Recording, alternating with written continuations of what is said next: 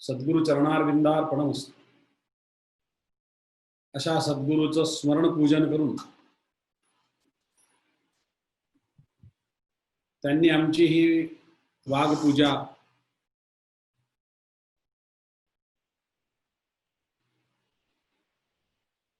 स्वीकार करावी आणि आम्हाला आशीर्वाद द्यावा की आम्ही पूर्णवादाचं कार्याबरोबर पूर्णवादाचा अभ्यासही तितक्याच तन्मयतेने आम्ही करू शकू असा या गुरुवारच्या निमित्तानं महाराजांच्या चरणी आपण मागणं मागूया आणि त्यांना साष्टांग प्रणिपात करून आजच्या या अभ्यासाकडे आपण वळूया.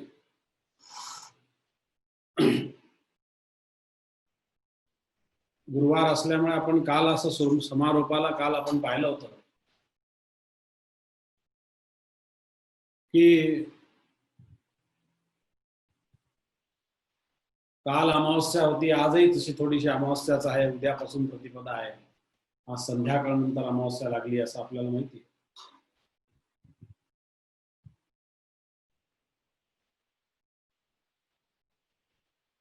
ज्या चंद्राच्या मुळे या अमावस्या आणि पौर्णिमेचं आपल्याला दर्शन घडतं तो चंद्र म्हणजे गुरु आहे असं आपण नेहमी लक्षात ठेवलं पाहिजे. गुरुच्या पूजनाकरता हे दोन शब्द त्याच्या चरणी आपण अर्पण करतो आहोत म्हणून त्यांची सुरुवात तिला ह्या भाव पुष्पांनी आपण तिथे आपलं पूजन करूया की गुरु म्हणजे चंद्र आणि देव ईश्वर म्हणजे सूर्य म्हणजे ईश्वर असं आपण नेहमी लक्षात. काल मी तुम्हाला म्हणलं की असा तो देव आहे, देवम वहंती केतवा, ज्याला देव घेऊन जातात असा तो सूर्य आहे. पण मग आपल्याला जर असं कोणी विचारलं की सूर्यात आणि चंद्रामध्ये काय फरक आहे, का चंद्राला गुरु म्हणायचं, का सूर्याचं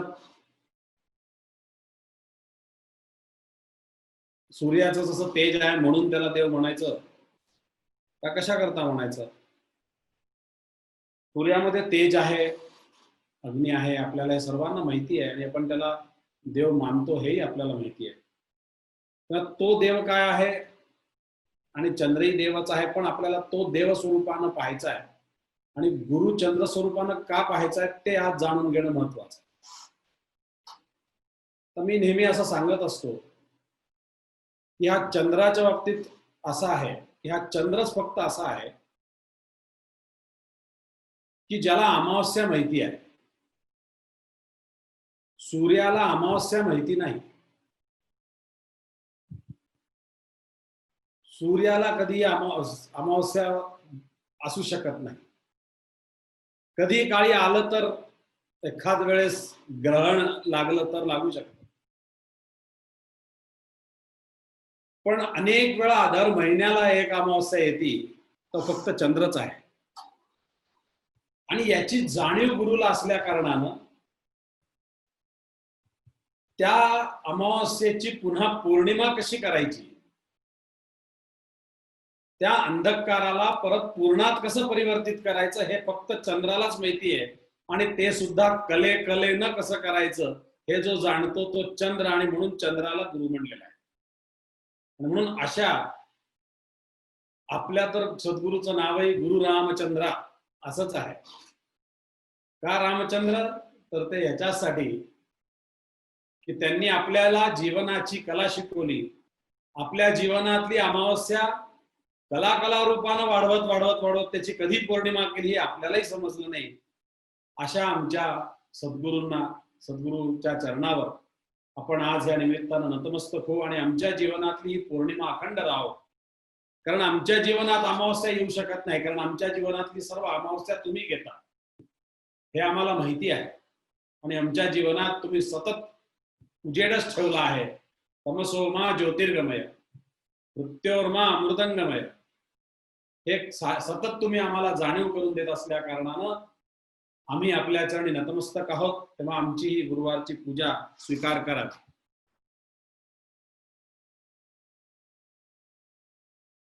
पूर्णवाद व्हाय पूर्णवाद, पूर्णवादच का, किंवा पूर्णवाद व्हाय नॉट, का पूर्णवाद नाही, असा प्रश्न आपण विचारला होता का? आणि आपण अशा शेवटी एका विषयावर आलो होतो की नाही, आता फक्त पूर्णवादच, असा आपण कालपर्यंतचा अभ्यास केला.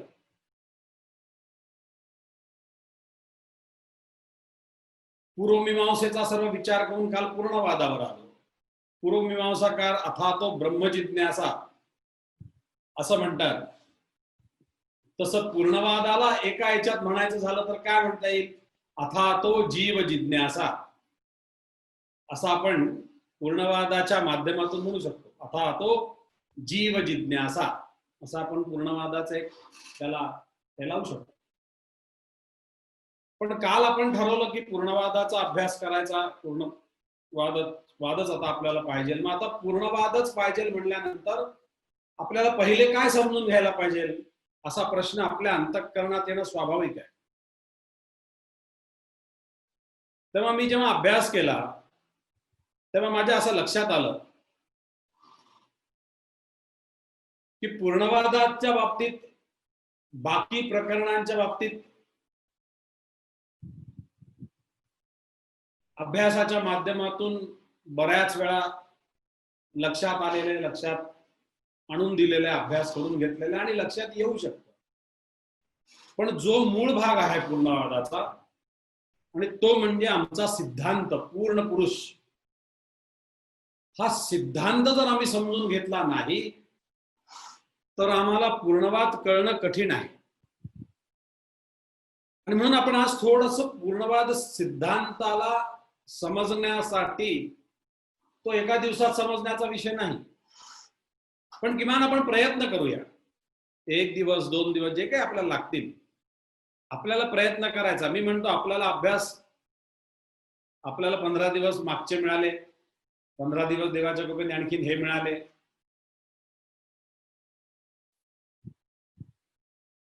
आपल्याला पूर्णवाद समजून घेण्याच्या दृष्टीने आणखीनही दिवस मिळतील, आणखीनही कुठे अभ्यास करू, नव्या रूपाने अभ्यास करू, ते चिंतन आपलं होऊ शकतंय.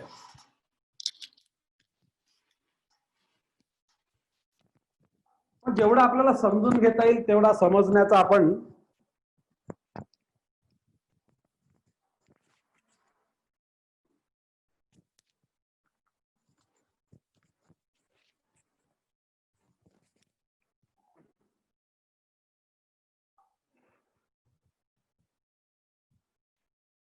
समजून घेण्याचा आपण प्रयत्न करू. येतोय आवाज?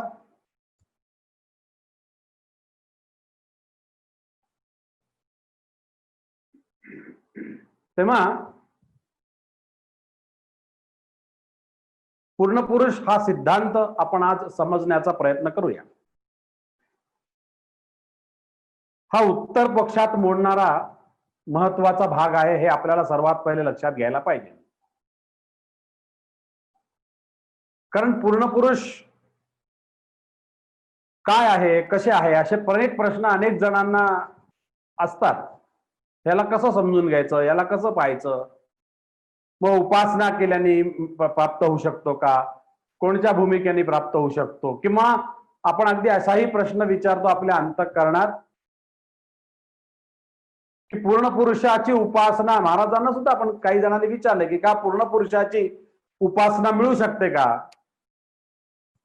असा एक अनेक प्रश्न अंतःकरणात निर्माण झालेले असतात. त्यामुळे आपण याचं फारसं कधी याच्या खोलात गेलेलो नाही, असं मी माझ्या एक अंतःकरणात लक्षात आलं की आपण असं खूप काही खोलात गेलो नाही. आपल्याला एक वरवर ढोबळमानाने जो काही आपला सिद्धांत आहे, जो काही आपला अभ्यास आहे, तो अभ्यास आपल्याला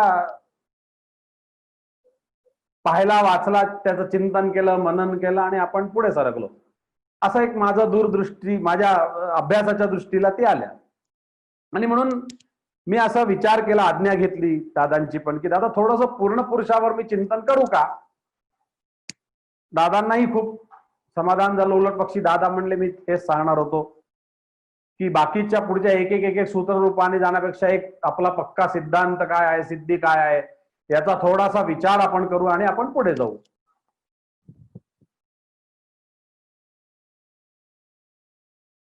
कारण ह्या पूर्ण पुरुषाला पूर्ण पुरुष असा ईश्वर समजणं आणि तत्व समजणं, मी काल आपल्याला सांगितलं की दोन्ही भाग वेगळे आहेत. एक ईश्वर समजणं निराळे, एक तत्व समजणं निराळे. श्रीकृष्ण जसं आपल्याला म्हणणार की यततामपि सिद्धानाम कश्चिन माम वेत्ती तत्वतः, की तत्वानी जाणणं हा एक अत्यंत निराळा विषय. तत्वमसी असं आपण नेहमी म्हणत असतो. त्या तत्वानं याला जाणून घेणं हे आपल्या दृष्टीने पण फार महत्वाचं आहे.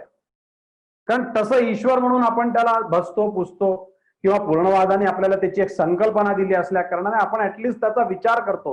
पण त्याला जाणून घेतलं थोडस, जी गोष्ट आपल्याला निश्चित करायची आहे, समजा एखाद्या गोष्टीला आपल्याला एखाद्या गोष्टीकडे निश्चितीला आपल्याला जायचंय, मग त्याची थोडीशी जाणीव जर करून घेतली, मग ते कसं जायचं हा आणखीन पुढे विषय येईल समजा.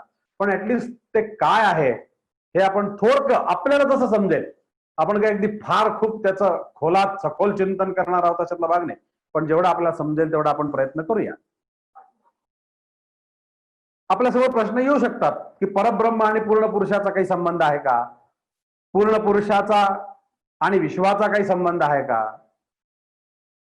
आपल्या उपास्य देवतेचा आणि पूर्ण पुरुषाचा काही संबंध आहे का?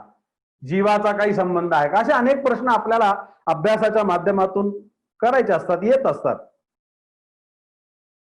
पण ह्यासाठी सर्वात एक महत्वाची बाब आपल्याला लक्षात ठेवायची ती ही की पूर्णवादाच्या या पूर्ण पुरुष सिद्धांताला अभ्यासण्यासाठी जी गोष्ट लागते त्याला विद्या असं म्हणतात. विद्येशिवाय पूर्ण पुरुषाची, पण तिथे नुसती विद्या आहे का? नाही, विद्या अविद्या दोन्ही आहेत, हा भागही आम्ही लक्षात ठेवला पाहिजे. मुळातच काल मी आपल्याला एक सांगितल्याप्रमाणे पूर्ण पुरुष हीच एक मुळात आपल्याला विद्या दिलेली आहे. पूर्ण पुरुष हीच एक स्वतंत्र विद्या आहे असंही महाराजांनी आपल्याला अभ्यासाच्या अंतर्गत सांगितलेलं आहे. आपण आपल्या सिद्धांतामध्ये वरती पाहिलं किंवा पूर्ण पुरुष ग्रंथाच्या तिथे लिहिलेलं आहे महाराजांनी. त्याच्यात त्रयी विद्या असं आपल्याला दिले, पुढे येईल तो विषय येईल आपल्याला पुढे. पण याचा अभ्यास मात्र विद्या आणि अविद्या दोन्हीही माध्यमातून आपल्याला करणं अपेक्षित आहे. नुसतं विद्येने आपण पूर्ण पुरुष पाहू शकत नाही आणि नुसतं अविद्येनेही पूर्ण पुरुष पाहू शकत नाही. त्याला आणखीनही विद्या आहेत. त्याला ओंकार विद्या आहेत, त्याला भ्यावृत्तीची भूमिका आहे. सप्त भ्यावृत्ती ज्या महाराजांनी पूर्णवाद ग्रंथात दिलेल्या आहेत. आता मी हे सगळं तुम्हाला त्याची एक सुरुवात करतोय. हे पहा, सर्वच एकदम सगळं येईल असं नाहीये. फक्त तुम्ही थोडस गांभीर्याने आणि कॉन्सन्ट्रेशननी जर तुम्ही याच्याकडे पाहिलं तर आपल्याला लक्षात येईल की आपण कसे चाललो आहोत. ओंकार विद्या येईल, भ्यावृत्ती येईल, या माध्यमातून आपण समजू शकतो. समजत नाही असं नाही, पण आपली आता त्याची गरज आहे का हा भाग नंतरचा आहे. आपल्याला कशाची गरज आहे किंवा आज आपल्याला पूर्ण पुरुष समजून कसं घेतलं पाहिजे याचा आपण थोडासा विचार करूया. आपल्याला मूळ प्रश्न जो आहे तो याच्यामध्ये सगळ्यात महत्वाचा, मग हा सगळा अभ्यास कसा करता? जीवा करता. हा आपल्याला महत्वाचा भाग आहे. मग आता इथे पहिला प्रश्न आपल्या अंतःकरणात जो मूळ प्रश्न आहे याचा आपण म्हणूया की का हो जीवाचा आणि पूर्ण पुरुषाचा काही संबंध आहे का? हा प्रश्न येऊ शकतो आपल्या अंतःकरणात की नेमका जीवाचा आणि पूर्ण पुरुषाशी काही संबंध आहे का? तर आपल्याला इथे कळतं की आपल्याला पूर्ण पुरुषाच्या माध्यमातून तिघांचाही संबंध आहे. पूर्ण पुरुषाच्या माध्यमातून विश्वही कळतं, जीवही कळतो आणि ईश्वरही कळतो. आपण जसे त्रिकांडात्मक आहोत, आपण संपर्क ग्रंथाच्या अभ्यासात किंवा याचा सुरुवात करताना आपण याचा थोडासा अभ्यास केला. आपण कसे त्रिकांडात्मक आहोत? सेल्फ, इगो, पर्सनॅलिटी, हे तीन विषय आपण संपर्क ग्रंथात ऐकले, पाहिले. त्याला आपण आपल्या भाषेत म्हणायचं झालं तर अधिदैविक मी, आध्यात्मिक मी आणि अधिभौतिक मी असे आपण तिन्ही त्याचे डिपार्टमेंट्स केले की आपल्याला हे तीन आहेत, तीन भाग आहेत आपल्याला. मग का असे तिन्ही भाग आपल्याला जसे आहेत तसे पूर्ण पुरुषाला आहेत का असा प्रश्न आपल्याला स्वाभाविकपणे यायला पाहिजे, अपेक्षित आहे. आपल्याला तिन्ही भाग आहेत. आपला आध्यात्मिक आहे, आपला अधिभौतिक आहे, आपला अधिदैविक आहे, जे सर्वसामान्य मी आहे. आपण सर्व ते पाहिलंय. मी तुम्हाला आता त्याचं परत एक्सप्लेनेशन द्यायची मला गरज नाही. आणि हे आपल्याला उपासनेच्या माध्यमातून आपल्या अधिदैविक पक्षातून आपल्याला हे कळतं वगैरे. हे सर्व विषय मी तुमच्या समोरून अगदी खुल्या पद्धतीने या ठिकाणी मांडलेले आहेत. पण जीवाचा आणि पूर्ण पुरुषाचा कसा संबंध आहे हाही आपल्याला पाहणं इथे गरजेचं आहे. आता आपण तिन्ही त्याची रूप पाहू, प्रत्येक रूपाकडे आपण पाहू. त्याचंही आध्यात्मिक रूप आहे, त्याचंही अधिभौतिक रूप आहे आणि त्याचंही अधिदैविक रूप पण आहे. पूर्ण पुरुषाला सुद्धा हे तिन्ही रूप आहेत, हा भाग आपल्याला लक्षात कदाचित इथपर्यंत आपल्याला माहिती पण असेल, कारण आपण बरेच वेळा पूर्णवादाची पारायण केलेली मंडळी आहोत. पूर्णवाद महाराजांकडून ऐकलेला असल्या कारणानं आपण त्याचं चिंतन केलेलं. पण बघा, एक गोष्ट तुम्हाला नेहमी सांगतो, जी गोष्ट आपल्याला एकदा कळाली आहे त्याला वारंवार प्रतिबोध विदितम मतममृतत्वम, सारखा प्रतिबोध करत राहणं, त्याचं रिपिटेशन करत राहणं, हा आपल्या निश्चितीकरता फार आवश्यक असलेला विषय. आणि म्हणून ते जेवढ्या वेळा त्याचा प्रतिबोध करून घेता येईल, जेवढ्या वेळा त्याचा आपल्याला अभ्यास करून घेता येईल, ते जाणून घेता येईल, तो तितका आपल्यासाठी गरजेचा असतो. ही गोष्ट तुम्ही आम्ही नेहमी लक्षात ठेवणं गरजेचं आहे. आणि म्हणून विश्व हे त्याचं एक रूप आहे, एक त्याचं सर्वव्यापकत्व रूप आहे आणि एक त्याचं अधिदैविक रूप, ज्याला आपण म्हणतो आहे, म्हणजे सर्वव्यापकत्व म्हणजे ज्याला आपण आध्यात्मिक शंकराचार्यांचा जो भाग आहे तो भाग, आपण तेही एक त्याचं रूप आहे. आणि एक ईश्वर हे त्याचं सुद्धा रूप आहे, हे आपल्याला सर्वांना विदित आहे. विश्व हे त्याचं रूप कसं आहे, मग त्याचं अधिभौतिक रूप आहे, हे आपल्याला सर्वांना विदित आहे. विश्व काय केलं त्यांनी, ग्रंथांतर्गत तुम्ही वाचलं असेल, काय झालं, त्यांनी हे निर्माण केलं असं आपण म्हणतो. पण नुसतं निर्माण केलं का, नुसतं निर्माण केलं नाही, तर ह्या विश्वात निर्माण करून तो स्वतः त्याच्यात मिसळून गेला, हे महत्वाचं भाग. अडचण इथेच होती, हे समजत नाही लोकांना.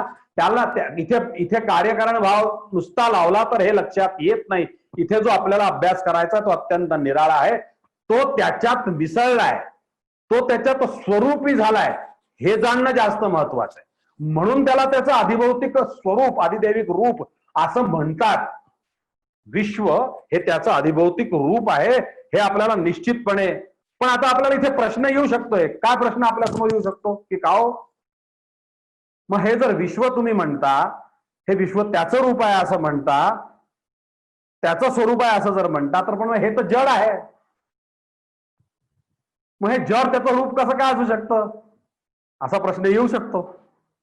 जड चेतनवाद महाराजांनी हा संपतो जड चेतनवाद असं आपल्याला आरतीमध्ये आपण म्हणतो नेहमी.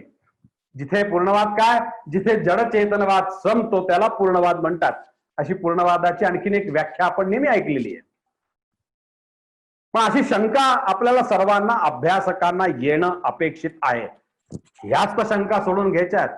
काल सांगितल्याप्रमाणे विद्यते हृदय ग्रंथी छिद्यंते सर्व संशया क्षीयंते चास्य कर्माणी, या सर्व हृदयाच्या पडलेल्या खूप गाठी असतात, आपल्याला या गाठी आहेत हे कळत नाही.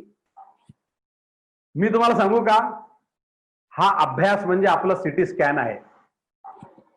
अगदी थोडक्यात डॉक्टरी भाषेतच बोलायचं झालं तर आपल्या संपूर्ण शरीराचं स्कॅनिंग, आपल्याला आपल्या जीवनाचं स्कॅनिंग करून घ्यायचंय, म्हणजे हा आपला अभ्यास आहे. किती गाठी तुझ्या जीवनात पडलेल्या आहेत, आतल्या गाठी, पोटातल्या ज्या बायोलॉजिकल गाठी असतात त्या तुमच्या डॉक्टरच्या सिटी स्कॅननी कळू शकतात, पण या गाठी कळत नाही, आणि या गाठींचा झालेला त्रासही कळत नाही, आणि या गाठींचा रोगही कळत नाही. याचा रोगच लक्षात येत नाही माणसाचा. याच्यातली विचलितपणा, याच्यामुळे झालेला माणूस जो अविचलित होतो, ज्याच्यामुळे तो अविचलित होतो, नेमक्या कोणत्या गाठीमुळे तो अविचलित होत आहे ते त्यालाच कळत नाही. म्हणून तर महाराज म्हणतात की विद्यते हृदय ग्रंथी छिद्यंते सर्व संशया, तुमचे सर्व संशय तुम्ही आधी काढून टाका, म्हणजे मग तुम्हाला तुमचा सिद्धांत कळेल. पण जर का तुम्ही ते हृदयाच्या गाठी उघडल्या नाही, तुमचं स्कॅन केलं नाही, तर तुम्हाला ह्या गाठी लक्षात येणार नाही. आणि म्हणून आपल्याला हा अभ्यास, हा समजून घेणं, इथे आपल्याला काही गरज नाही. आपण आता पाहिलं, खूप पाहिलंय, वैष्णव तत्वज्ञान पाहिलं, शांकर तत्वज्ञान पाहिलं, त्याची सर्व अभ्यास करून घेतला. आपल्याला पूर्णवादाचा पूर्ण पुरुष हा मूळ विषय आपल्याला ह्या ठिकाणी लक्षात घ्यायचा आहे. आणि म्हणून त्याचं अधिभौतिक रूप हे विश्वरूप आहे. तो विश्वाच्या माध्यमातून एका रूपानं तो एवढा बहरलेला आहे, हे आपल्याला लक्षात येणं गरजेचं आहे. मग त्याच्यानंतर त्याचं अधिदैविक रूप काय आहे असं जर आपल्याला कोणी विचारलं तर, अधिभौतिक रूपाकरता काय सांगितलंय आपल्याला, अधिभौतिक रूपात म्हणताना काय सांगितलेलं आहे आपल्याला, याच्यासाठी पुरुष सूक्त दिलेलं आहे अधिभौतिक रूपासाठी. सहस्र शीर्षा पुरुष सहस्राक्ष सहस्रपात सबूमिं विश्वतो ऋत्वा अत्यतिष्ठत दशांगुलम पुरुषे वेदम सर्वयद्भूत यच्च भव्यम उतामृतत्वशेषानो यद अन्ने नातिरोहती. हे सर्व आपल्याला सांगितलंय. सभूमिम विश्वतो, सभूमिम भूमी सहित असलेला विश्वरूप. आता इथे लक्षात, हे सहस्र हजारो डोळे वगैरे पुरुष सुक्त नुसतं पाठ करून चालत नाही, पुरुष सुक्त नुसतं पाहून चालत नाही, नुसतं अभिषेक करून चालत नाही. का पुरुष सुक्तच घेतलंय? त्याचं रूप करण्याकरता. अरे बाबा, हे नुसते हजारो सहस्र शीर्षा, हजार डोळे हजारो पाय असं नाही, तर याच्यातनं द्विपाद चतुष्पाद इव्हन याच्या भूमी सकट म्हणजे याच्या जडाच्या भूमिके सकट सर्व जे काही आहे ते सर्वच्या सर्व हे त्याचं रूप आहे. हे ज्याच्यात कळतं त्याला पुरुष सुक्त म्हणतात. आणि म्हणून आमच्या सर्व वेदाच्या अभ्यासामध्ये पुरुष सुक्ताला जितकं महत्व आहे तितकं कोणालाही महत्व नाही. आणि त्यातही पहिला जो हा मंत्र आहे सहस्र शीर्षा पुरुष, हा ध्यान मंत्र म्हणून आम्हाला सांगितलेला आहे.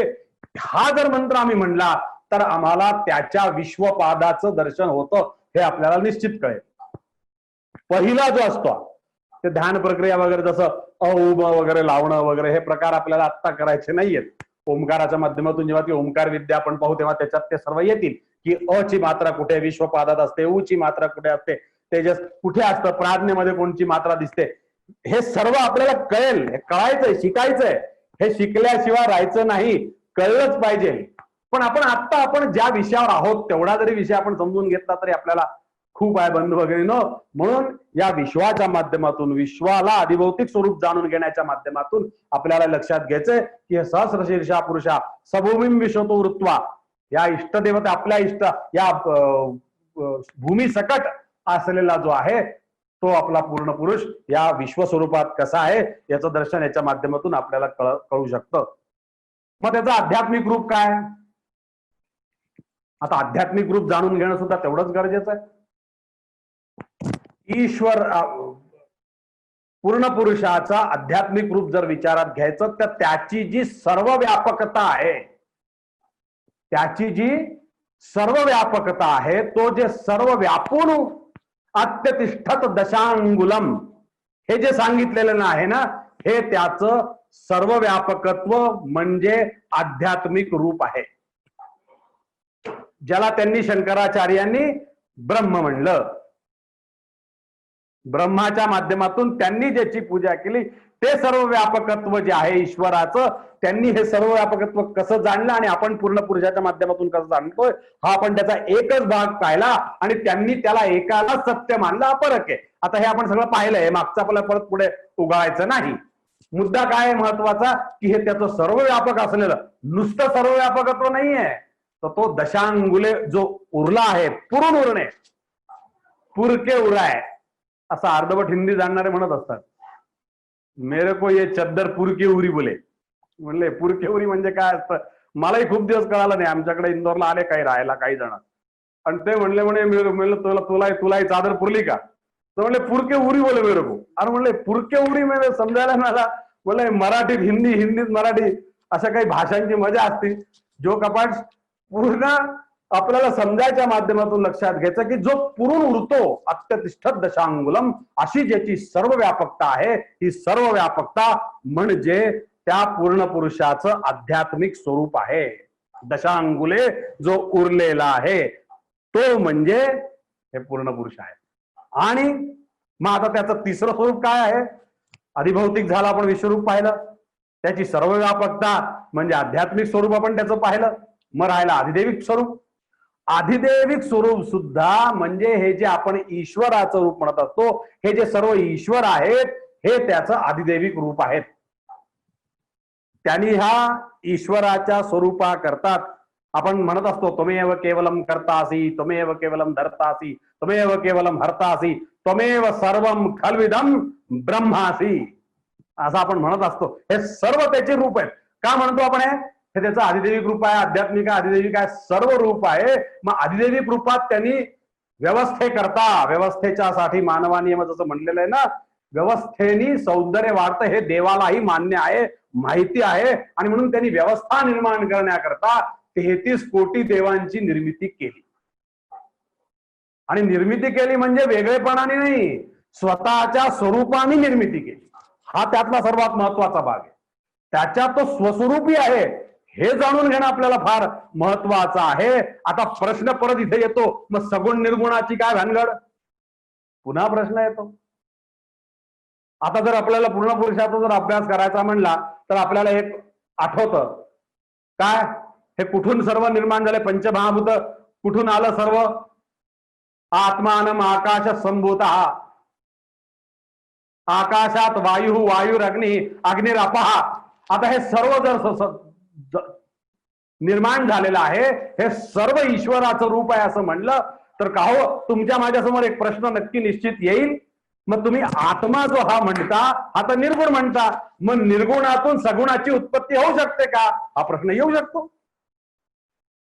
ज्यांना अभ्यास करायचा आहे, आत्मा हे निर्गुण म्हणणाऱ्यांच्या दृष्टीने जर विचार केला तर का हो, या आत्म्यातून आत्मानं आकाश संभूत, आत्म्यापासून आकाश झालं, आकाशात वायू, वायुरग्नी, अग्निरपः, आकाशातून वायू उत्पन्न झाला, वायूतून अग्नी उत्पन्न झाला, अग्नीतून पाणी उत्पन्न झालं, हे सर्व, आणि शेवटी अन्न उत्पन्न झालं. हे सर्व जे अन्न उत्पन्न झालं एवढं काही, मग हे सर्व जर सगुण आहे, वायू तर आपल्याला सगुण दिसतो, अग्नी आपल्याला सगुण दिसतो, पाणी आपल्याला सगुण दिसतं, अन्न आपल्याला सगुण दिसतं, कोणतं रूप निर्गुण दिसतंय ते सांगा आपल्याला. असं कोणतं स्वरूप आहे की निर्गुण दिसतं आपल्याला? ते सगळं सगुण दिसतं, पण आत्मा तुम्हाला दिसत नाही, तो निर्गुण आहे असं जर समजलं तर का हो, या निर्गुणातून सगुणाची उत्पत्ती झाली का, असा पूर्ण पुरुषाच्या अभ्यासामध्ये प्रश्न येऊ शकतो. हेच आपल्याला महाराजांना इथे सांगायचंय. पूर्णवादाने हीच भूमिका या ठिकाणी लक्षात घेतलीये की निर्गुणापासून सगुण असं काही नसतं. मग असत्वापासून सत निर्माण झालं का, असा प्रश्न येऊ शकतो. असत्वा इदमग्रे आसित असं म्हणलेलं आहे. हे असतपासून सत निर्माण झालं का, ते सगळे प्रश्न निर्माण होतात. एक प्रश्न म्हणून म्हणलं, अभ्यास करायचा म्हणल्याने एक गोष्ट लक्षात ठेवायची, प्रश्नावरी प्रश्न काढी शोधून. अभ्यासाला उत्तर शोधायचं असलं ना, इथे आपणच प्रश्न शोधायचे आणि आपणच उत्तर शोधायचं. मग इथे कोणचं उत्तर आहे असा प्रश्न आपल्याला आल्यानंतर, इथे प्रश्न उत्पन्न झाल्यावर इथे उत्तर लगेच आपल्या समोर आहे. आणि ते उत्तर असं आहे की इथे दीर्घतमा ऋषींचं डॉक्टर पारनेरकर महाराज याला सुंदर उत्तर देतात. आणि डॉक्टर पारनेरकर महाराज इथे त्याला म्हणतात की दीर्घतमा ऋषींनी जे वामीय सूक्त दिलं आहे, त्या वामीय सूक्ताचा जर अभ्यास आपण केला तर आपल्याला ह्या ठिकाणी लक्षात येईल की त्याचं उत्तर काय आहे. वामीय सूक्त कोणी ऐकलंय का? माहिती आपल्याला सर्वांना. नास्य वामस्य फलितस्य होतु, आपण हे सर्व ऐकलंय. दीर्घतमा ऋषी म्हणजे त्या ऋषीचं नाव सुद्धा काय, दीर्घतमा, म्हणजे ज्याच्या जीवनात अंधकार आहे, दीर्घ अंधकार आहे असा ऋषी. पण त्यांनी डोळस रूपानं पाहिलं. अहो, जो अंधकार, ज्याला डोळे नाही, त्याला सुद्धा डोळ्यांनी जर तो पूर्ण पुरुष पाहू शकतो तर आम्ही तुम्ही का नाही पाहू शकत? त्या ऋषीची जर आपण आपल्याला लक्षात घेतली तर आम्हाला का नाही लक्षात येऊ शकत? म्हणून तो असं म्हणतो की कोदवर्ष प्रथम जायमान, कोण पाहायला गेलं होतं पहिलं? तुम्ही सांगा, तुमच्या आहे का लक्षात? त्यांनी असा जेव्हा ऋषींनी प्रश्न विचारला तेव्हा ते पुन्हा असं म्हणतात की बाबा, अहम न विद्वान, मी काही विद्वान नाही, विद्मनेन पृच्छामी, म्हणजे मी थोडस विद्वानांना याचं विचारून उत्तर देतो, असं दीर्घतमा ऋषी म्हणतो. आता थोडस कठीण आहे, सगळा अभ्यास चिंतनीय आहे. पूर्ण पुरुषाचं स्वरूप समजून घेणं सोपं नाही, अत्यंत कठीण आहे. दीर्घतमा ऋषीचा माध्यमातून वामीय सूक्तासारखं जर सूक्त आपण ऐकलं की हे 3 भाऊ सप्तव्याहृती त्याच्याने कसं आच्छा दिलेले आहेत, पण हे कोण पहिले पाहायला गेलं होतं हा प्रश्न त्यांनी केलं की अव्यक्तातून व्यक्त जन्माला आलं का, व्यक्तातून अव्यक्त जन्माला आलं, हे कोणी पाहायला गेलं होतं का? नाही, हे कोणीही पाहायला गेलं नाही. याचा अर्थच असा होतो, याचं स्पष्ट उत्तर असं आहे की जे पूर्णवाद म्हणतो की तेच याचं उत्तर इथे निघतं. आणि ते म्हणजे उत्तर असं की हे सर्व एक रूपच जन्माला आलेलं आहे, हे त्याचं उत्तर आहे. कोणीही याला पहिले पाहिलेलं नाही, असा कोणीही व्यक्ती नाही, असा कोणीही द्रष्टा नाही, असा कोणी ऋषी नाही, असा कुणी देव नाही, काशे कोणतेही वेद नाहीत की जे असं कबूल करतात, असं म्हणतात की आम्ही यांना पहिल्यांदा पाहिलं जन्माला घेताना. ज्या अर्थी यांनी जन्माला घेताना पाहिलं नाही, त्या अर्थी हे सर्व एक रूपच जन्माला आलेलं आहे. आणि म्हणून हा स्वरूप सिद्धांत इथे स्पष्ट होतो. आणि हा पूर्णवादानं अत्यंत मार्मिक पद्धतीने आपल्या समोर ठेवलाय. पूर्णपणे वेदाधिष्ठित आहे. एक गोष्ट लक्षात ठेवा, वेदापासून कुठेही दूर गेला नाही पूर्णवाद. पूर्णवादाचं वैशिष्ट्यच हे आहे. आणि नाही तर काय होतं, कार्यकारण भाव लागू होतो. मग याचा जन्म त्याच्यामुळे, त्याचा जन्म त्याच्यामुळे, करा मग परत एबीसीडी, परत जा तिथपासून. मग कोणाचा जन्म कोणापुढे, आधी कोंबडी का आधी अंडा, करा शोधत बसा. मग कोणाला तरी खोटं म्हणा, कोणाला तरी असत्य म्हणा, एखाद्याला सत्य म्हणा आणि चालू द्या परत तेच. म्हणून महाराज एक गोष्ट लक्षात ठेवायची आहे पूर्ण पुरुष प्रकरणाच्या अभ्यासात, की पूर्णवादाला किंचितही कार्यकारण भाव मंजूर नाहीये. थोडा सुद्धा कार्यकारण भाव मंजूर नाही. याच्यामुळे हे झालं, हे पूर्णवादाला मान्य नाही. ही गोष्ट तुम्ही आम्ही लक्षात ठेवणं फार गरजेचं आहे. आणि म्हणून डॉक्टर पारनेरकर महाराजांनी ही नवी रीत शोधून काढली आणि ज्याला आपण स्वरूप सिद्धांत असं म्हणतो. पूर्ण पुरुषाच्या लक्षणाकरता हे समजून घेणं, हा प्रस्तावना समजून घेणं आपल्याला फार गरजेचं आहे. इथे प्रक्रिया सांगताना, प्रक्रिया शिकवताना कार्यकारण भाव थोडासा वाटतो, पण ते कार्यकारण भाव नाही. ही गोष्ट आम्ही अभ्यासाकरता लक्षात ठेवणं फार गरजेचं आहे. इथे दिसताना तो कार्यकारण भाव दिसतो, ही गोष्ट तुम्ही लक्षात घ्या. अभ्यासाकरता ही फार गरजेची आहे. वाटतं असं की ते बोलताना तर कार्यकारण वाटतंय, पण वाटतं तसं नाही. हाच अभ्यास आपल्याला इथे कळला आणि त्यांनी तो लावल्यामुळेच त्यांचा तर्क लंगडा पडलाय हे आपण पाहिलंय. काय या सर्वांचा तर्क लंगडा पडला? कार्यकारण भाव हा भूमिका त्यांनी घेतल्यामुळे त्यांना स्पष्ट रूपानं त्या ईश्वराचं, त्या परमेश्वराचं, या विश्वाचं, या जगाचं, या माणसाचं, या अस्तित्वाचं, याच्या पूर्णत्वाचं दर्शनच घडलं नाही. आणि ते दर्शन घडलं तो पूर्णवाद. आणि म्हणून पूर्णवाद तुम्ही आम्ही श्रेष्ठ आहोत की आपण या पूर्णवाद परिवारात जन्माला आलो. आमच्या इतिहासात अशी नोंद होईल. आणि तुम्ही आम्ही एवढे 500-700 माणसं आज 700 म्हणायला, तुम्ही सर्वांच्या मेहनतीमुळे 700 लोकांची,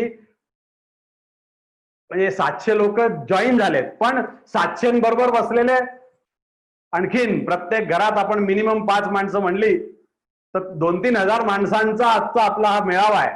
आपला उत्सव सुरू झाला असं आपण म्हणू. प्रारंभ, काय हरकत नाही. इतकीच माणसं असतात आपल्याला उत्सवाला. त्याच्यापेक्षा आणखीन काय, आपला उत्सवच आहे. आपण आता देवाने 7च दिवस कशाला म्हणले, लॉकडाऊन आहे तर तुम्ही महिनाभर उत्सव करा म्हणले. आणखीन उत्सवाची काय संकल्पना असू शकते. हा अभ्यास आहे, चिंतन. आणि म्हणून आपण कुठे मोडतो हे गोष्ट लक्षात ठेवायची अभ्यासाच्या माध्यमातून, की ही जी रीत मांडली, या रीतीमुळे जसं आणखीन कोण आपल्या बरोबर जैमिनी सूत्रामध्ये आपल्याला फार उत्तर मीमांसेत मोडणारा जो विषय आहे हे लक्षात घ्यायचंय, सर्व आपल्याला लक्षात ठेवायचंय. त्यांनी सुद्धा काय केलं, त्यांनी सुद्धा वेदालाच अलौकिक मानलं. आणि म्हणून आपण वेदाला अलौकिकच मानतो, आपण वेदाचंच सर्व मान्य करतो. आणि म्हणून आपण उत्तर मीमांसेत मोडतो. ही गोष्ट तुम्ही आम्ही लक्षात ठेवणं अत्यंत गरजेचं आहे. आता आणखीन एक आपल्याला इथे लक्षात येतो की आपण वेदालाच मानतो. मग वेद काय आहेत? व्यक्त आहेत का अव्यक्त आहेत? सगुण आहे का निर्गुण आहेत? असा प्रश्न आपल्यासमोर येऊ शकतो का नाही? आणायला पाहिजे की नाही? अहो, ज्या ऋषींनी त्यांना प्रत्यक्ष पाहिलंय, सगुण पाहिलंय, लिहून काढलंय, त्याला एवढ्या विभागात वाटून घेतलंय, ते निर्गुण कसे असू शकतील? ज्याला आपण अपौरुषय म्हणतो, त्याला प्रत्यक्ष ज्या ऋषींनी पाहून लिहून त्याचा अनुभव घेऊन ते आपल्या समोर जगासमोर मांडलं. आणि त्याला आपण आणखीन एक काय म्हणतो? वेदाला आपण वाणी असं म्हणतो. वेद वाणी असा शब्द आहे.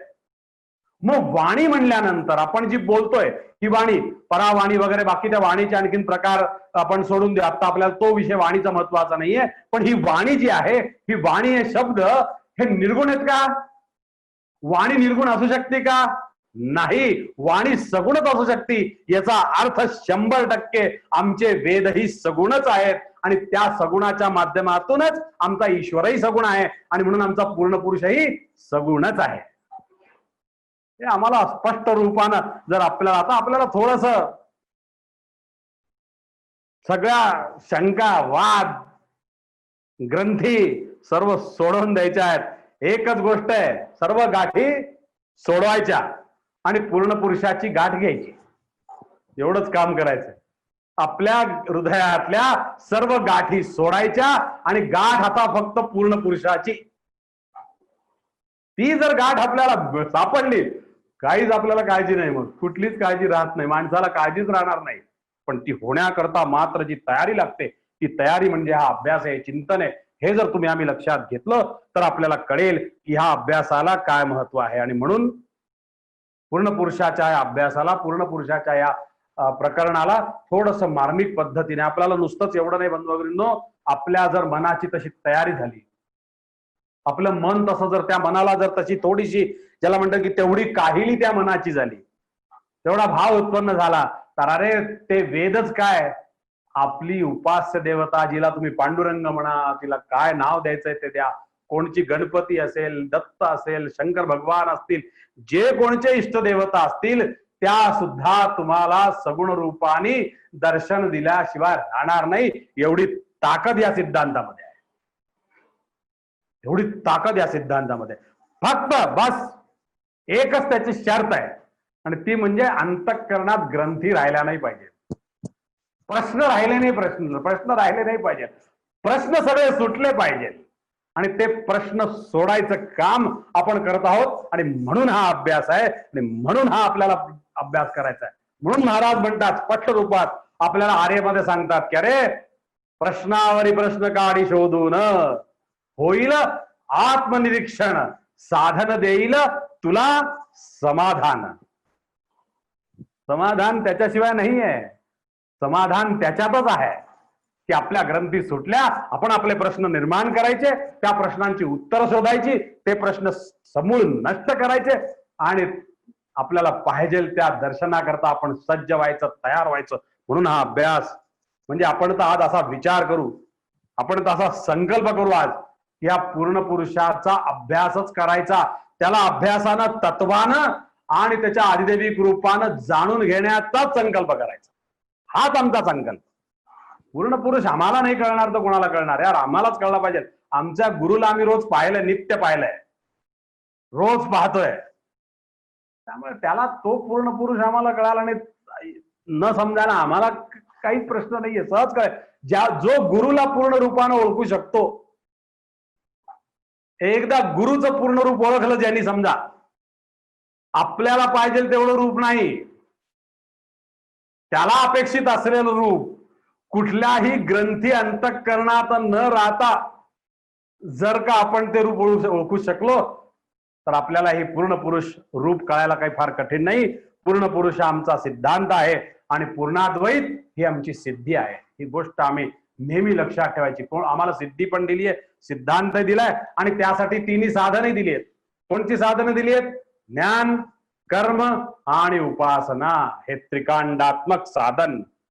सिद्धांत पूर्ण पुरुष, सिद्धी पूर्णाद्वैत लिहिलेलं आहे. आपण ग्रंथामध्ये सुरुवातीला दिलेलं आहे बघा, सुरुवातीच्या पहिल्या पानावर जर तुम्ही वाचलं तर हे अगदी अशाच्या अशा पद्धतीने आपल्याला लिहून दिलेलं आहे, सांगितलेलं आहे. सिद्धांत पूर्ण पुरुष, सिद्धी पूर्णाद्वैत, साधन त्रिकांडात्मक, ज्ञान कर्म उपासना, असं स्पष्ट रूपानं दिलंय. आणि प्राप्ती ऐच्छिक जीवन लाभ आणि मरणभय निवृत्ती, प्राप्ती आहे. हे सर्व आपल्याला, सर्व आपल्या पूर्णवाद ग्रंथाची अत्यंत सुबक सुव्यवस्थित मांडणी केलेली आहे. फक्त ती आपल्याला कळली पाहिजे आणि नुसती कळून फायदा नाही तर ती आपल्याला वळली पाहिजे, आपल्याला ती समजली पाहिजे. आपण त्याच्या माध्यमातून रोज एकदा तरी गेलो पाहिजे, तर आपल्याला सहज कळू शकेल आणि मग आपल्याला पूर्णत्वाचं दर्शन होईल. त्याच्या आध्यात्मिक खंडात भूमिकेत स्वरूपाचंही होईल, त्याचं अधिभौतिक रूपाचंही होईल आणि अधिदैविकाचंही होईल. हे तिन्ही म्हणजे पूर्ण आहे हे आपल्याला निश्चित कळेल बंधू भगिनींनो. आपल्याला कळणार नाही असं कधी होणार नाही. मी तुम्हाला नेहमी सांगतो, आपल्यालाच कळेल, दुसरं कोणाला कळणार नाही. आणि म्हणून हा पूर्ण रूप, हे पूर्ण पुरुष आपल्याला जाणून घ्यायचा आहे. त्याच्यासाठी अगदी मी तुम्हाला सांगतो, यासाठी एक पूर्ण पुरुष मंत्र सुद्धा आहे, पूर्ण पुरुषाचं सूक्त सुद्धा आहे. तुम्ही ऐकलंय का ते सूक्त कधी? म्हणलंय का? नसेल तर शिकून घ्या. ज्यांना शिकण्याची शक्यता आहे त्यांनी सहज शिकून घ्या. ब्रह्मज्ञानम प्रथमं पुरस्तात् विसीमतः सुरुचो वेनावः सबुज्ञा उपमा अस्य विष्टः सतश्च योनिम सतश्च विवः पिता विराजा मृषभो रयीणाम् अंतरिक्षं विश्वरूप आविवेश तमर्कैरभ्यर्चन्ति वत्सं ब्रह्मसन्तं ब्रह्मणा वर्धयन्तः ब्रह्मणः क्षत्रं निर्मितं ब्रह्म ब्राह्मण आत्मनः अंतरस्मिन्निमे लोकाः अंतर्विश्वमिदं जगत् ब्रह्मैव भूतानां ज्येष्ठं तेन को स्पर्धितुं तेन को हति स्पर्धितुं ब्रह्मन् देवा स्त्रयस्त्रिगुशत ब्रह्मन्निन्द्र प्रजापतिः ब्रह्मन् ह विश्वा भूतानि नाविवान्तः समाहितः. हा पूर्ण पुरुष सूक्त आहे. तुम्ही जर हे कधी पूर्ण पुरुष सूक्त ऐकलं पाहिलं तर जरूर पाठ करा. वेदाचे 4 शब्द आपल्याला आलेच पाहिजे, जे आपल्याला माहिती आहे, किमान जे आपल्या कामाचं आहे, एवढं तर आपल्याला आलं पाहिजे. बाकी आपण नाही तर तसं ओम पूर्णमदः पूर्णमिदं खूप वेळा आपल्याला लोकांनी ऐकल्यामुळे आपल्याला पाठ आहे, पण तो शांती मंत्र आहे. आणि हे पूर्ण पुरुष सूक्त आहे. ब्रह्मज्ञानम प्रथम पुरस्तात् विसीमतः सुरुचो वेनावा सबुज्ञा उपमा अस्य विष्टः सतश्च योनिम सतश्च विवाह. हे सर्व पूर्ण पुरुषाचं वर्णन आहे. तुम्ही हे पूर्ण पुरुष सूक्त काढा, तुम्हाला सहज सापडेल आणि तुम्हाला त्याच्यात वर्णनही कळेल. सोपं नाही आहे, म्हणून तर त्रिकांडात्मक आहे. म्हणून त्याच्या सर्व वेदाच्या बाहेर काहीही नाही. पूर्णवाद वेदाच्या बाहेर नाही. पूर्णवाद म्हणजे वेद आणि वेद म्हणजे पूर्णवाद. ही गोष्ट आम्ही नेहमी लक्षात ठेवायला पाहिजे. आणि म्हणून हे समजून घेऊन आम्हाला करायचं आहे. मग आपल्याला पूर्ण पुरुषाचा आमच्या जीवनात काय उपयोग, कसा उपयोग करायचा, तर अभ्यास लक्षात घ्या. हे सर्व तिन्ही तत्व वेगवेगळे असतात. आध्यात्मिक, अधिभौतिक आणि अधिदैविक. या माध्यमातून, आपल्या उपासनेच्या माध्यमातून आपल्याला ज्या गोष्टीची कमतरता असेल ती त्याच्याकडून मागून घ्यायची. आपल्याला आध्यात्मिक कमी आहे, आध्यात्मिक मागून घ्या. आपल्याला अधिभौतिक कमी आहे, अधिभौतिक मागून घ्या. आपल्याला अधिदैविक कमी आहे, अधिदैविक मागून घ्या. आपल्याला सर्वांना माहिती आहे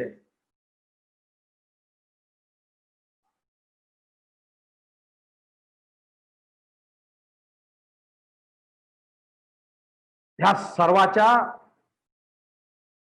तिन्ही रूपाच्या, या तिन्ही रूपाच्या तिन्ही प्रक्रियेला जर आपण समजून घेण्याचा प्रयत्न केला तर आपल्याला हा अभ्यास समजणं, पूर्ण पुरुष समजणं आपल्याला अत्यंत सोपा जाईल. आणि एकदा का पूर्ण पुरुष कळाला, एकदा का पूर्ण पुरुष लक्षात आला की आपल्याला सर्व लक्षात येईल. कुठलं आपल्याला दुसरं काही लक्षात घ्यायची गरजच पडणार नाही, कुठेही आपल्याला आवश्यकता पडणार नाही. ही गोष्ट तुम्हाला मी अगदी ठासून सांगू शकतो. आपल्याला आध्यात्मिक कमी आहे, आध्यात्मिक लक्षात घ्या. अधिभौतिक कमी आहे, अधिदैविक लक्षात घ्या. जे कमी आहे, ज्यांना जे कमी होतं, आता तुम्हाला सांगतो, शंकराचार्यांनी आध्यात्मिकाचाच अभ्यास केला, त्यांनी बाकीचा विचारच केला नाही. त्यामुळे ते आध्यात्मिक ठरले. तुकाराम महाराजांसारख्या संत श्रेष्ठांनी काय केलं? फक्त अधिदैविकाचाच उदो केला. त्यामुळे त्यांनी अधिदैविक पक्ष उचलला, भक्ती मार्ग निवडला, फक्त दुसरा मार्ग स्वीकारला नाही. बाकी सर्व प्रपंच वगैरे सर्व सोडून दिलं. अन्नान्न करता पोरे गेली, बरे झाले देवा असं म्हणले, बरे झाले बायका पोरं गेले, असं अशी भक्ती आपल्याला सांगेल का? आपल्यासारखं सामान्य माणसाला होऊ शकतं का ते? आत्ताच आपली या करोनाच्या याच्यातच परिस्थिती अशी झाली आहे की आता समजा वर्षभर कमवलेलं या 2 महिन्यात संपलं राशन पाणी, तर उद्या खाऊ घालणारा कोण, असा प्रश्न आपल्या प्रत्येकाच्या अंतःकरणात आहे. का? भीती आहे. पण त्यांना ती भीती नव्हती, ते भक्त होते, त्यांना तो अधिदैविक पक्ष माहिती होता. अधिदैविक पक्ष त्यांनी तेवढाच घेतला. त्यांनी आध्यात्मिक पक्ष शंकराचार्यांनी घेतला. आणि ज्यांना आपण मटेरियलिस्टिक म्हणतो, भूतभस्मी शरीर भूतभस्मीस असं जे म्हणणारी माणसं आहेत, त्या सर्व माणसांनी अधिभौतिक घेतलं, त्यांनी बाकीचं घेतलंच नाही. तिन्ही घेणारे जे आहेत, तिन्हीच ज्ञान देणारे जे आहेत, ते फक्त पूर्णवाद आहे. पूर्णवाद म्हणतो त्रिकांडाशिवाय होऊ शकत नाही. हे सांगून आपल्याला महाराजांनी पूर्ण पुरुषाचा अभ्यास, आणि म्हणून एकदा का पूर्ण कळलं, पूर्ण पुरुष समजून घेतलं, तर आपल्याला सर्व सोपं जातं. म्हणून पूर्ण काय आहे? इन्फिनिट आहे असं आपल्याला सांगितलंय. पण पूर्ण हे इन्फिनिट आहे ना कळालं, पण ते जरी इन्फिनिट असलं तरी त्याचे तिन्ही रूप जी आहेत ते फिनिट आहेत, हेही आपल्याला जाणलं पाहिजे. जीव म्हणला तरी तो फिनिट आहे. आपण आपला जीव म्हणला, आपल्याला माहिती आहे की आपली एवढी उंची आहे, आपलं एवढं हे आहे, आपली एवढी कॅपॅसिटी आहे, हे आपल्याला माहिती आहे. जीव फिनिट आहे, विश्व फिनिट आहे, हे सर्व आहे. पण हे तिन्ही मिळून तो मात्र इन्फिनिट आहे, आणि म्हणून त्याचं हे रूप असल्यामुळे हे सर्व इन्फिनिट आहे. हे पूर्ण रूप आहे. हे आपल्याला आता आपल्याला प्रश्न येईल इथे तो असा आपल्यासमोर याच्या की ह्या काय संख्यातीत आहे. आपल्याला पूर्ण म्हणजे काय? संख्यातीत, अनंत, ज्याचा आपण मोजमाप करू शकतो का नाही हा प्रश्न आपल्या शिका येऊ शकतो. पण याला डायमेन्शन्स आहेत, आणि त्या डायमेन्शन्सच्या माध्यमातून आपण याची मोजदाद करू शकतो. म्हणूनच याला ट्रिनिटी असं म्हणलेलं आहे. त्रिरूप, गणिताच्या भाषेत त्याला ट्रिनिटी असं जर आपण म्हणलं, त्रिकोण त्याचा आहे.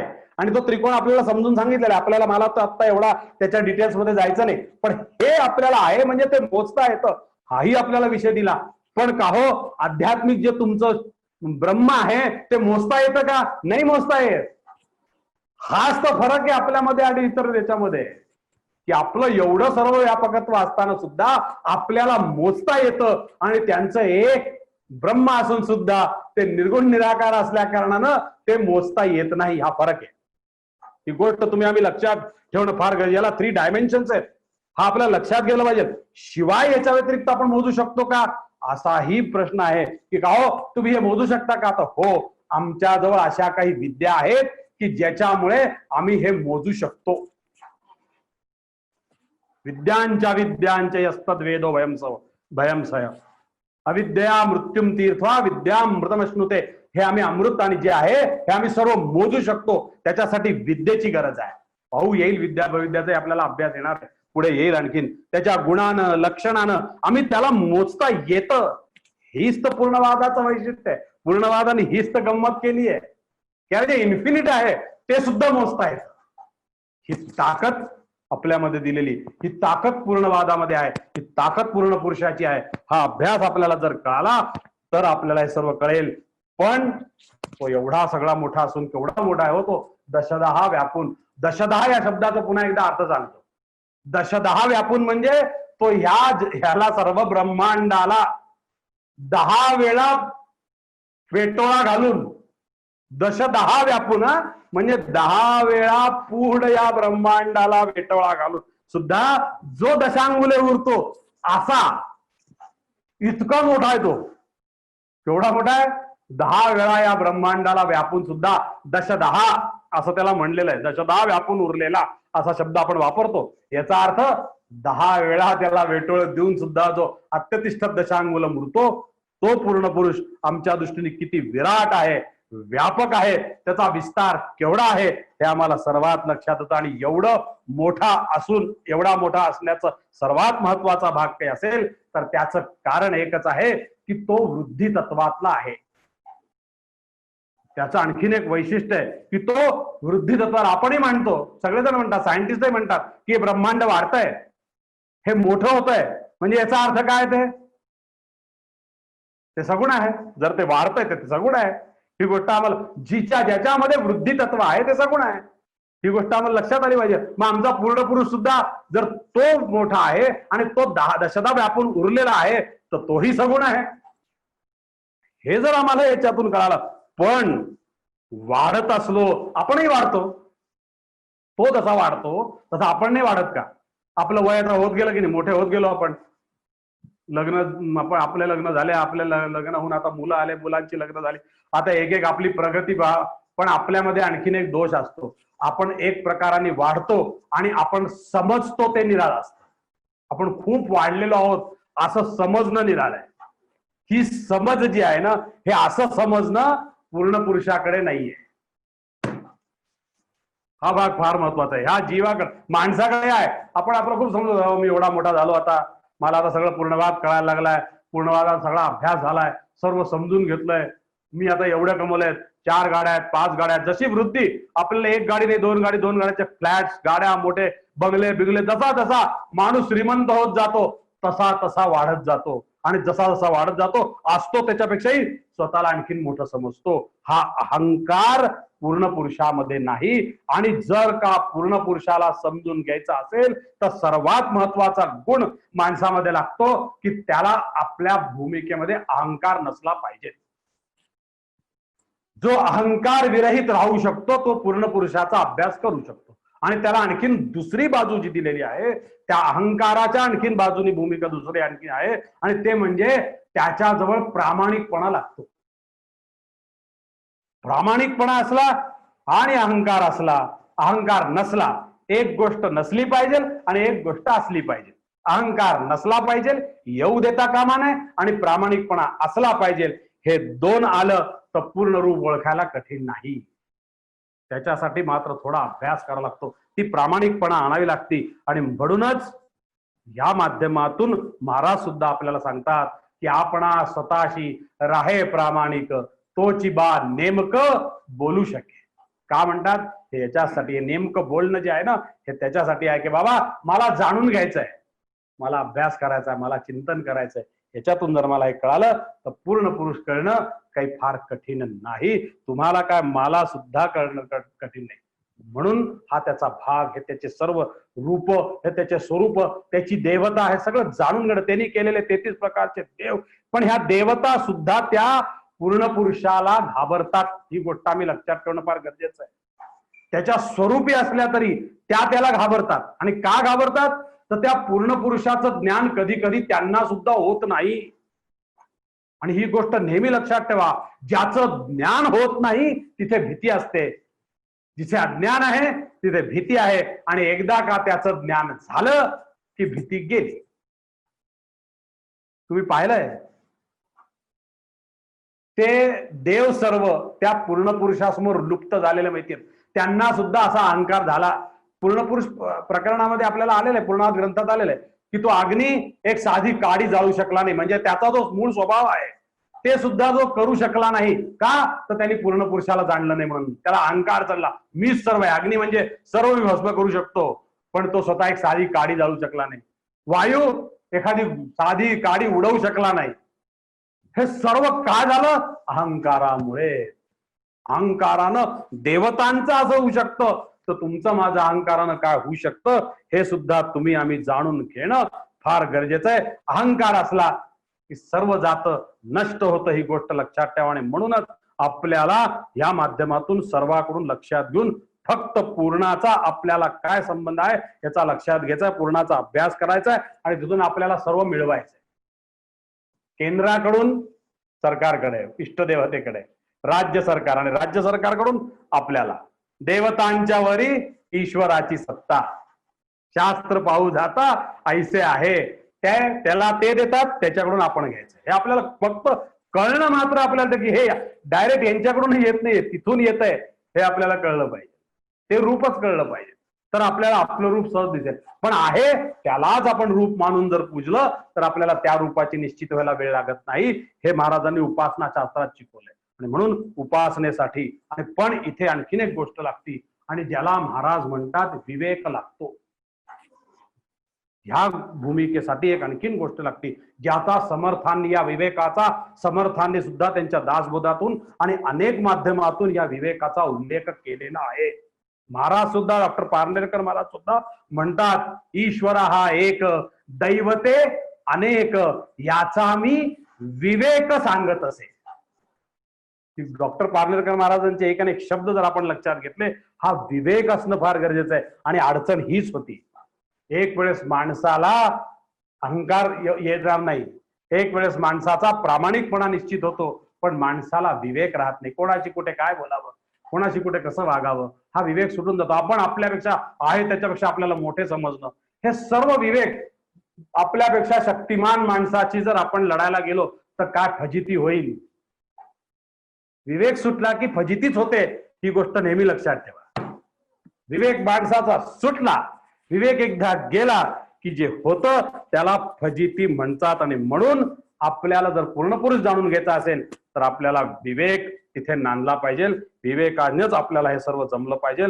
तर इथे एक विवेकाचं आणखीन एक महत्वाचं लक्षात ठेवायचंय की विवेक म्हणजे शहाणपणा नाही. हाही अभ्यास तुम्ही आम्ही शहाणपणा आणि विवेकामध्ये पुन्हा फरक आहे ही गोष्ट तुम्ही आम्ही जाणून घेणं फार गरजेचं आहे. आणि म्हणून हे त्रिरूपाचं दर्शन तुम्ही आपल्याला घेता आलं पाहिजे. पण हे त्रिरूप म्हणजे नुसतं ईश्वर रूप नाही, तर तत्वानी सुद्धा आपल्याला त्याला जाणून घ्यायचं आहे. तव तत्व न जानामि कीदृशोसी महेश्वर यादृशोसी महादेव तादृशाय नमो नमः. देवा तुझं तत्व जाणणं फार कठीण आहे. असितगिरी समस्या कज्जलम सिंधु पात्रे सुरतरुवर शाखा लेखनी पत्रमूर्वी लिखती यदि गृहीत्वा शारदा सर्व कालम तदपि तव गुणानाम ईश पारंदयाति. ज्या गुणांचं लेखन प्रत्यक्ष समुद्राची साई, त्या आकाशाचा पेपर आणि सरस्वती स्वतः लिहायला बसली तरी तुझ्या गुणांना आणि तत्वांना जाणू शकणार नाही. एवढं तुझं तत्व मोठं आहे, एवढी तुझी महिमा मोठी आहे. ही भूमिका आपल्याला जर लक्षात घेतली तर आपल्याला कळेल की इथे आपल्याला ह्या पूर्ण पुरुषाचा अभ्यास सहज करणं सोपं नाही, पण आपल्याला तो करायचा आहे. पूर्ण पुरुष पूर्णत्वाने आपल्याला कळलाच पाहिजे आणि त्याच्यासाठी सगळ्या विद्या आहेत. त्याच्या विश्वस्वरूपासाठी आपल्याला विद्या अविद्या तिन्ही विद्या आपल्याला दिल्यात. कोणत्या विद्या दिल्यात? विद्याही दिल्यात आणि अविद्याही दिल्यात. विश्वरूपासाठी सुलभा विद्या म्हणजे जिला अविद्या असं नाव दिलंय. ईश्वरासाठी विद्या हे आपल्याला माहिती आहे. आता आपल्याला त्याचं जे सार्वव्यापकत्व जे आहे त्याला आपण जीव वगैरे ब्रह्म वगैरे आपण असं म्हणतो, जे आध्यात्मिक स्वरूप आपण त्याच्याकडे म्हणत असतो त्याच्यासाठी विद्या. त्याच्या अधिभौतिक स्वरूपासाठी ज्याला सुलभा विद्या किंवा अविद्या, आणि त्याच्या अधिदैविक स्वरूपासाठी देव विद्या. या त्रिविद्या पूर्णवादामध्ये ज्या दिल्या आहेत ना त्या त्रिविद्या या आहेत. पण त्या त्रिविद्या म्हणजे कोणत्या? ऋग्वेद, यजुर्वेद, सामवेद, त्रैविद्या. ऋग्वेद आध्यात्मिकासाठी कारण त्याच्यात ज्ञान आहे. यजुर्वेद अधिभौतिकासाठी कारण त्याच्यात कर्म आहे. आणि अथर्व सामवेद हे अधिदैविकासाठी कारण त्याच्यात गान आहे. हे आपल्याला कळलं पाहिजे. तिन्ही वेद तीन विद्या आहेत, पण ह्या सर्वांना पुन्हा एक रूप करणार अथर्ववेद ग्रंथौन्य स्वामी असं म्हणलेलं आहे. त्या आपण ज्या गाठ मारतो ती गाठ म्हणजे अथर्ववेदाची आहे असं म्हणलं जातं. तीन दोरे म्हणजे ऋग्वेद, यजुर्वेद, सामवेद.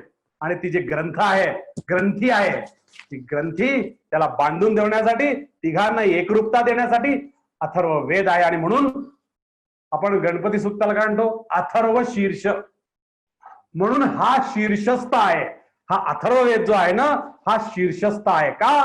अथर्ववेद शीर्षस्थ, अथर्व शीर्ष असं त्याला म्हणलेलं आहे. आपण मुळात म्हणत नाही अथर्व शीर्ष. सगळ्यांना पाठ आहे गणपती अथर्व शीर्ष. पण आपण कधी आपल्याला माहितीये का की अथर्वाचं शीर्ष असं आहे म्हणून? वेदाला असं शीर्षस्थ म्हणणार असं या ग्रंथाला असं कोणी म्हणलेलं आहे आपल्याला लक्षात आहे का? नाही. अथर्व शीर्ष म्हणजे शीर्षस्थ. आणि म्हणजे ऋग्वेद म्हणजे ज्ञान, यजुर्वेद म्हणजे कर्म आणि सामवेद म्हणजे उपासना.